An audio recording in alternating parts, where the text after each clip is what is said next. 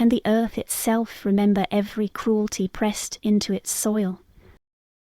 Can the cotton fields, shimmering white beneath the harvest sun, conceal the weight of vengeance waiting in silence?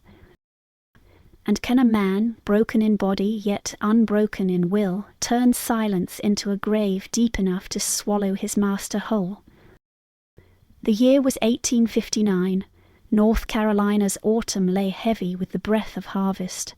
Songs twisted into cries, cotton bolls sharp as thorns, and footsteps echoing in dirt already stained with centuries of sorrow. Beneath that silence, beneath that steady groan of chains and wind, one man kept count. His name was Abram, and his silence was not surrender. It was a ledger waiting to be settled. Before we continue deeper into Abram's chilling tale, pause with me here. If you want to follow real stories that defy time and reveal hidden truths, subscribe to the channel now and turn on notifications so you don't miss any of our investigations. These are not softened tales. They are echoes carved from pain, memories that refuse to vanish. Stay with me as silence sharpens into judgment, and the cotton fields remember what men tried to bury.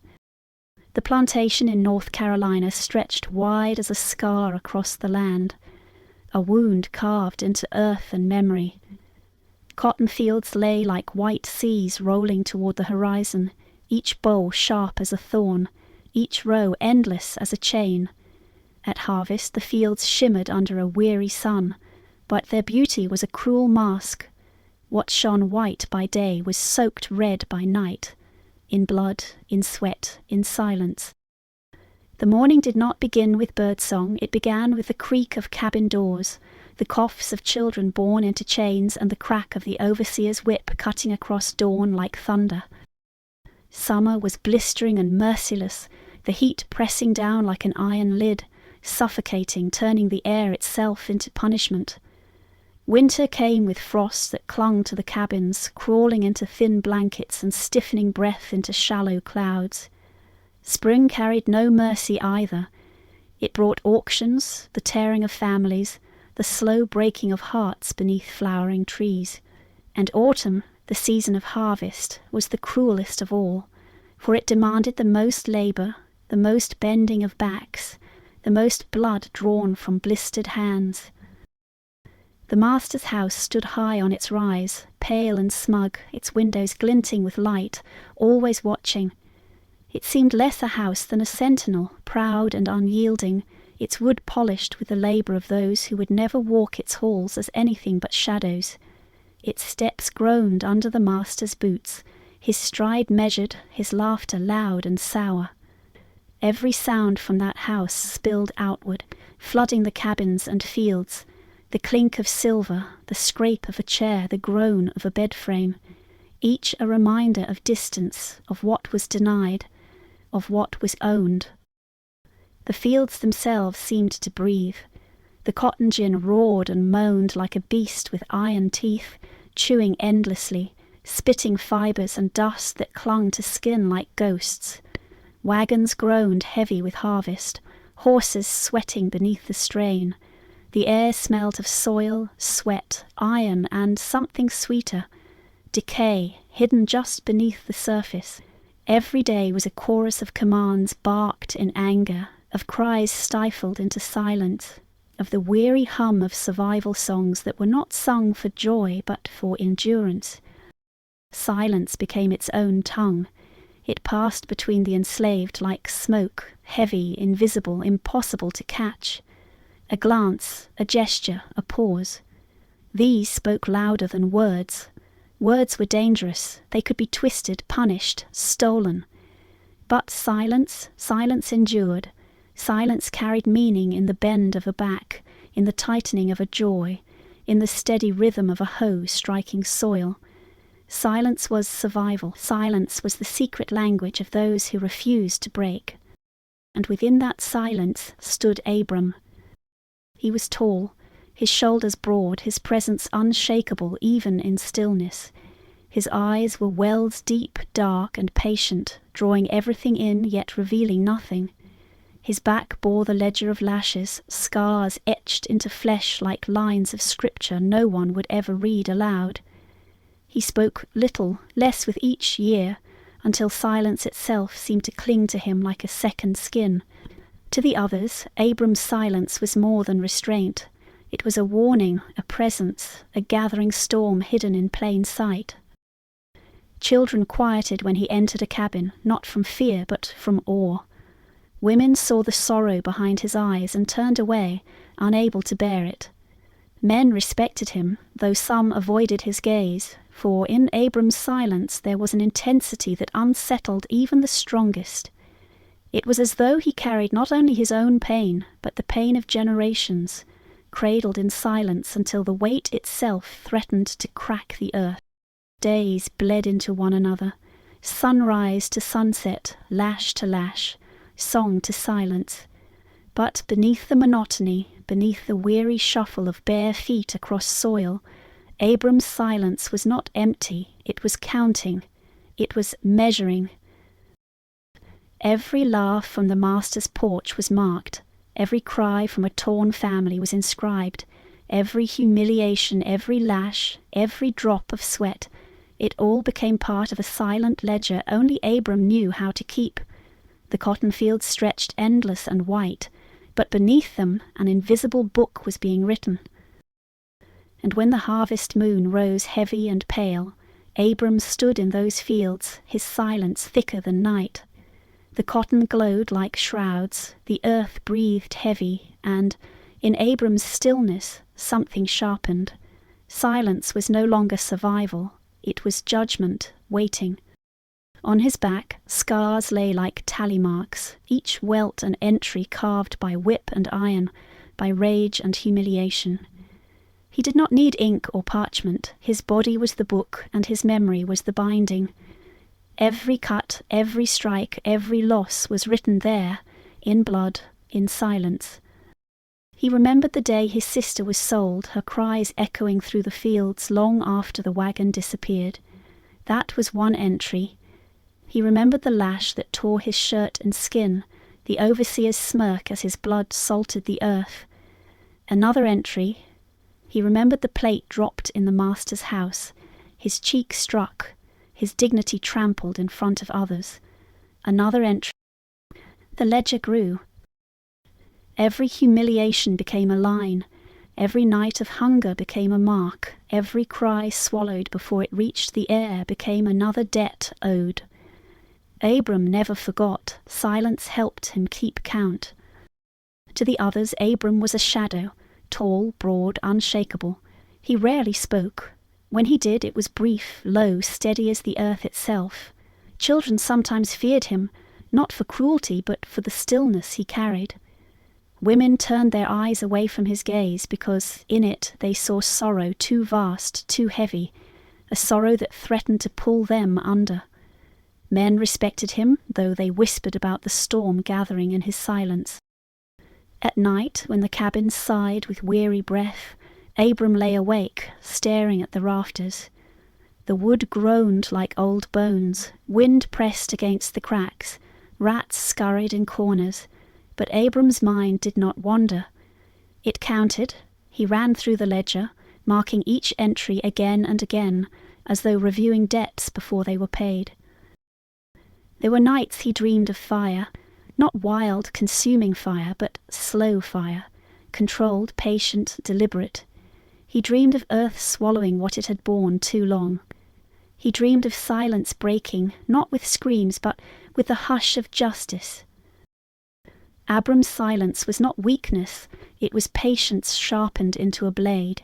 He had learned that words were dangerous, words betrayed, words travelled and were twisted, but silence endured, silence hid, silence could choke, could strangle, could bury. Even the fields seemed to conspire with his memory. Every row of cotton was a tally, every boll torn from its stem was a reminder of torn families. Every furrow dug into soil was a grave already waiting. The earth itself seemed complicit, carrying the weight of generations. Abram felt it when his bare feet sank into furrows. The earth remembered, and so did he. The master's laughter was always the loudest sound on the plantation, loud at meals, loud at games, loud at cruelty. That laughter carved deeper into Abram than any lash. It mocked, it jeered, it filled the air like smoke. Yet Abram did not laugh back. He simply added it to the ledger. Silence took it, held it, and sharpened it into something far stronger than noise. Sometimes, when no one watched, Abram would press his hand against the scarred ridges on his back, tracing them like lines of scripture. Each one was holy in its own way, not because of the suffering, but because of the promise they carried. The promise that silence was not endless, that debts would not remain unpaid, that the ledger would be balanced. He spoke rarely, but when he did, his words came heavy, deliberate, weighted like stones. Once, a younger man asked him why he never tried to run. Abram only said, "Chains break when they're ready, not before." The young man did not understand then, but Abram was not speaking of metal alone. He was speaking of silence, of vengeance, of the patience that turns waiting into power. The ledger of pain was not only Abram's. He carried the memories of others. His mother buried too young, her hands folded in soil she had tilled her whole life. His father sold and vanished into the unknown, his absence heavier than stone. His sister's cries on the auction block. His brothers in the fields, bent double until their spines curved like the furrows they dug. All of it Abram carried, all of it inscribed itself on him. He was the book, he was the ledger. And like all ledgers, it was meant to be closed. Silence was his only companion. Silence was the ink, the binding, the witness. In silence he endured, in silence he remembered, and in silence he began to imagine how the debts might one day be collected. When the harvest sun dropped low and the cotton fields shimmered in twilight, Abram often lingered, his gaze fixed not on the horizon but on the soil itself. Others hurried home, desperate for what little rest the night offered, but Abram stayed. He touched the soil with his hands, feeling its softness after a day of toil. He pressed his palm against it as though listening. The earth groaned back, heavy and knowing. It whispered to him not in words, but in silence deeper than his own, a silence that promised, the earth remembers, the earth buries, the earth waits, too. Abram carried that whisper back to his cabin each night, folding it into his own silence, adding it to the ledger. He was no longer just a man waiting, he was silence itself, sharpened into something inevitable. And though no one else could read the ledger carved into his back, Abram knew the truth. The final page had yet to be written, and when it was, silence would no longer be survival. Silence would be judgment. Harvest was the master's triumph. Each autumn he strutted through the rows as though the fields were battalions and the cotton his army. Wagons groaned heavy with white bolls, the overseers barked with swollen pride, and the land seemed split open, furrow by furrow, to give him its wealth. But to Abram's eyes, the harvest was something else entirely. The earth was loosened, dug and opened like wounds. He saw graves waiting, not for seeds but for flesh. Abram's silence deepened as the season stretched. While others bent beneath the overseer's shouts, Abram bent his gaze toward the soil. He studied the way it yielded under pressure, the way it swallowed a footstep, the way it drank water and turned heavy in the hand. He measured where the earth was softest, where shadows lingered longest. Each row was not merely cotton, it was a map of concealment. By day, he was just another figure among hundreds, sweat cutting dark rivers down his back, his hands blistered, his breath shallow. By night, when others collapsed into exhausted sleep, Abram remained awake. He walked the edges of the fields under moonlight, his footsteps soundless as smoke. He traced the outlines of furrows with his hands, pressing soil between his fingers as though feeling the weight of judgment. He rehearsed movements in silence, the way a man might rehearse a hymn, over and over until it became ritual. Objects of daily life, meant for toil and survival, Abram turned into omens of vengeance. The shovel was first. Its wooden handle was smooth with use, its blade dulled but steady. In daylight it was harmless, just another tool among many, but in Abram's hands at night it gleamed under the moon like steel sharpened on silence. He studied its weight, its reach, its bite into soil. He swung it slowly, testing the arc, listening to the whisper of air it carved.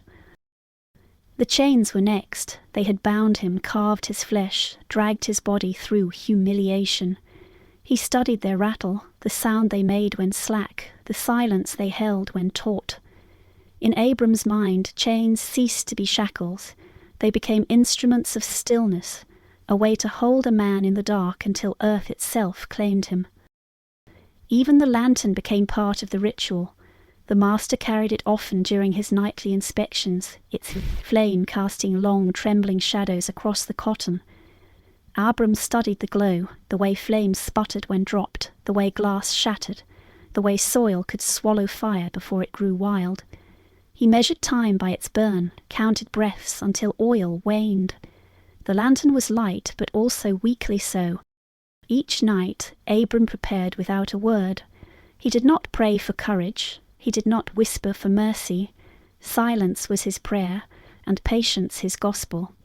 He polished the handle of the shovel until it no longer splintered in his grip. He tested soil with his feet, learning where it swallowed deepest. He held chains until his palms blistered again, memorizing their weight. The others did not know. He told no one, for words would have undone it all. The younger men dreamed of escape, the older ones muttered of endurance. Abram listened but said nothing, his silence concealed a storm. If asked why he walked the fields alone at night, he only shrugged. No one pressed him. Silence was his shield, and it cloaked his intent better than lies ever could. Inside his chest, the ledger beat steady. Each humiliation reread, each loss recounted.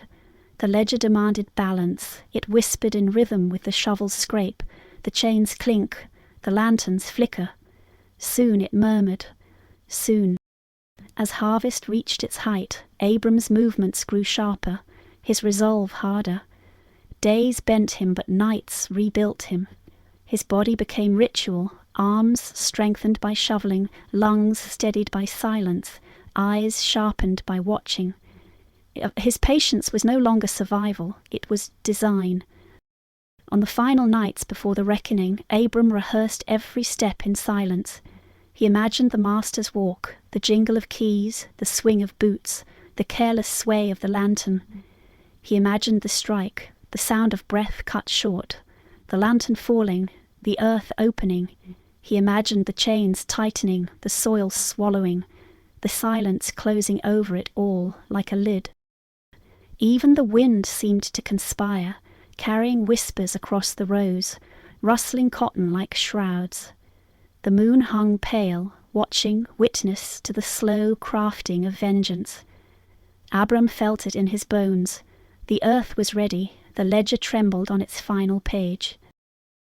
And on a night when the harvest moon rose heavy and round, painting the fields in ghostly light, Abram's silence reached its end. It was no longer patience, it was no longer survival, it was judgment sharpened and waiting in his hands. The night was heavy with silence, the kind of silence that presses against the skin until breath itself feels too loud.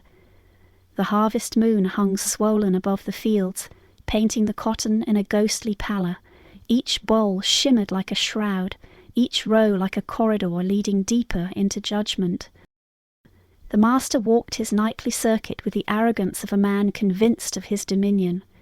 His lantern swung from his hand, the flame bending in the wind, stretching his shadow tall and wavering across the furrows. He hummed as he walked, a tuneless melody sour with self-satisfaction. His boots sank into the softened earth, each step careless, each stride an insult to the land that carried his weight. Abram waited in the shadow of the fields. His hands gripped the shovel as though it were no longer wood and iron but scripture, a wordless command carved into silence. His body was steady, his breath measured, his eyes fixed not on the man but on the soil that would receive him. The moment came with the inevitability of a season turning. The shovel struck, not wild, not clumsy, but sharp and deliberate. The lantern tumbled from the master's hand, its flames sputtering, hissing against soil before darkness swallowed it whole. The master staggered, gasping, his aerience fractory in a single instant. His cry was muffled, swallowed by cotton that bent and swayed like pale witnesses. Chains rattled in Abram's hands, their clink low, metallic, final. Once they had bound him, dragged his back into ledger lines. Now they were judgment. He wound them tight, his silence steady, his grip unyielding. The master thrashed, but the earth beneath him was soft, open, waiting. Abram forced him downward into the hollow carved days before. Soil gave way, the pit yawning like a mouth. The master's voice rose, but the fields swallowed sound. His words were broken fragments, pleas, curses, promises. But Abram's silence was louder. He shoveled earth with steady rhythm, each stroke a heartbeat, each heartbeat an entry erased from the ledger. Soil fell heavy, muffling, smothering, layering darkness over flesh. The earth closed around him, his lantern gone, his boots sinking, his voice choking on dust. Abram did not waver, his arms swung with the certainty of years, of scars, of silence sharpened into purpose. Dirt rained down, the pit filled, and the earth took him as it had taken so many before. Only this time it was not the enslaved it claimed, it was the master. When the last shovelful fell, Abram stood still. His breath steamed in the chill night air, his silence heavier than ever before. Around him the cotton fields swayed in the moonlight, whispering in voices no one else could hear. The ledger was closing. No shout pierced the night, no witness stood to cry alarm. Only silence remained, silence and the soft sound of wind through cotton, silence and the earth's groan as it swallowed cruelty whole. Abram pressed the shovel into the soil, its blade buried deep, its handle rising like a marker without inscription. He stood over the mound for a long time, his face unreadable, his silence absolute. In that stillness something shifted. Silence was no longer survival. Silence had spoken. Silence had buried. And when Abram turned away at last, the cotton fields looked unchanged. Rows stretched endless, white as bone, innocent to any eye that did not know the weight of the soil beneath them. But Abram knew. The earth knew. The ledger was settled. By dawn, the plantation looked unchanged. The cotton fields stretched wide as a white sea, their rows perfect, their bolls glistening in morning light. Wagons still creaked, overseers still barked, voices still rose, weary and resigned. To an outsider, the world was as it had always been, orderly, thriving, cruelly efficient. But beneath the surface, the earth held a secret. The soil was heavier now, disturbed, newly filled. It breathed differently. It remembered. The master's absence was noticed by mid-morning. His boots did not click across the polished floors. His voice did not thunder orders from the porch. His shadow did not cut through the fields. At first there was confusion. Servants whispered, overseers exchanged uneasy glances. Sigulated. Perhaps he had ridden into town, perhaps he was visiting kin, perhaps, some muttered, debts had. By the second day, unease turned to rumour. A wagon was sent down the road, a rider dispatched to the nearest settlement. No trace, no word, no sign. The master had vanished, swallowed whole by the night. The newspapers picked it up, cautiously in thin black lines. Prominent planter missing from his estate. Circumstances uncertain. Some wrote of gambling debts, others suggested abduction. Whispers spread further, darker, robin, foul play, runaway vengeance. None dared write the truest suspicion, the one that crawled like a shadow through the cabins and the fields, that the silence of the enslaved had finally spoken. Among the enslaved no one said the words, not aloud. To speak would have been to risk everything. But eyes gleamed differently in the firelight, heads turned subtly in the fields, glances flicked toward Abram and quickly away again. No one asked, no one confirmed, but silence itself seemed charged now, alive with the weight of a secret carried by many, but spoken by none. Children sensed it most keenly. They clung to their mothers at night, whispering of footsteps they heard where no man walked, of voices groaning from beneath the soil. Elders nodded in silence, as though they had waited their whole lives to see the earth swallow cruelty whole. The young men walked straighter, not with defiance, but with a strange, heavy awe, as if they had witnessed something both terrible and holy. Neighbors circled the plantation with questions sharp as knives. Had the enslaved seen him? Had anyone heard strange noises that night? Overseers pressed, threatened, but silence was tighter than any chain. Abram spoke nothing. He labored as he always had, his face unreadable, his silence deeper than ever. If anyone looked too long at him, his gaze returned calm and steady, until even suspicion turned away. Still, whispers grew. They said the master had been cursed by his own land, that the soil had tired of bearing his weight. They said the cotton bolls turned their white heads away from him in his final moments. They said a shovel's scrape had echoed in the night like a hymn, like a drumbeat, like the sound of judgment. Weeks passed. Harvest continued. Cotton-filled wagons, debts were paid, and the plantation staggered on without its master, like a house missing its foundation yet refusing to fall. But the silence did not fade. It grew, it spread like smoke, invisible yet choking. In town they whispered over whiskey, the earth don't give back what it swallows. In church, preachers thundered warnings about pride, about wrath, about sins hidden in soil, and in the cabins by dim firelight stories began to take root. Not stories told boldly, not stories shouted or sung, but murmurs, half-phrases, fragments carried like seeds. The earth remembers. Fear lingered as much as awe. Overseers, and through it all Abram remained. He did not boast, he did not falter. He worked as he always had, hands blistered, back bent, eyes dark and patient. But those who looked closely swore his silence had shifted. It was no longer just the silence of endurance. It was the silence of something finished, something sealed, something that had spoken once and could speak again. The ledger of pain was balanced now, but the legend had only begun. Years blurred into years, and still the story lingered.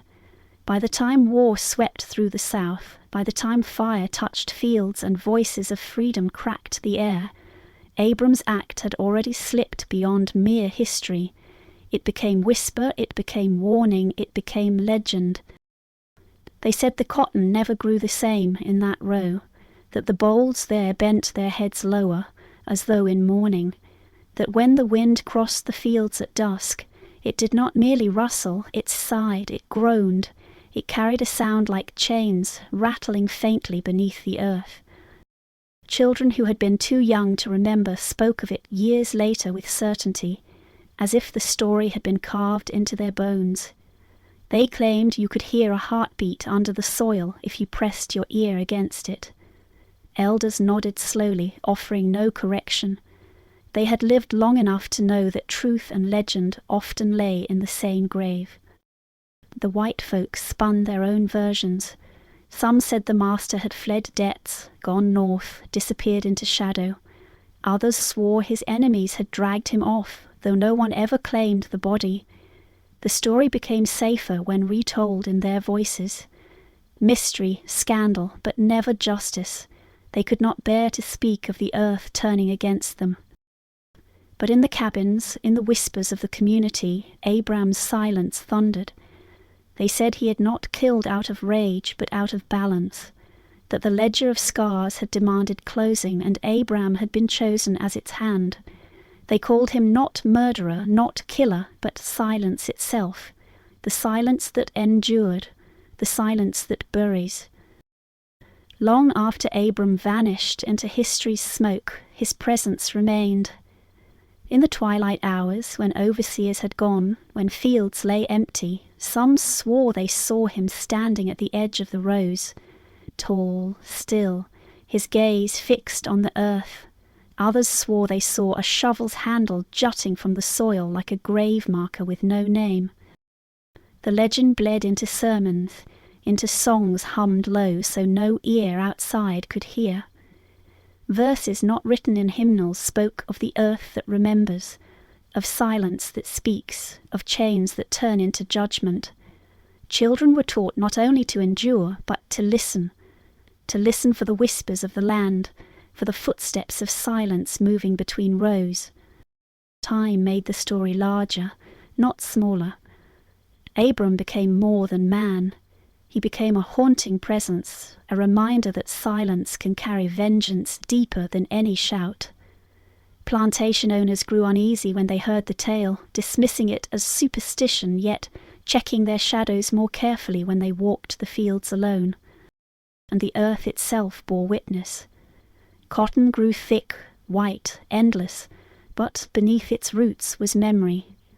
Soil never forgets. Soil carries every cry, every lash, every drop of sweat. The master had believed himself lord of the land, but in the end the land claimed him. Even now, if one were to walk those fields beneath a harvest moon, the air would shift. The wind would turn cold, pressing against the chest like a warning. The cotton would sway though no hand touched it, and in the silence, deeper than breath, deeper than night, one might hear it, the faint scrape of a shovel, the muted rattle of chains, the heartbeat of a legend that never died.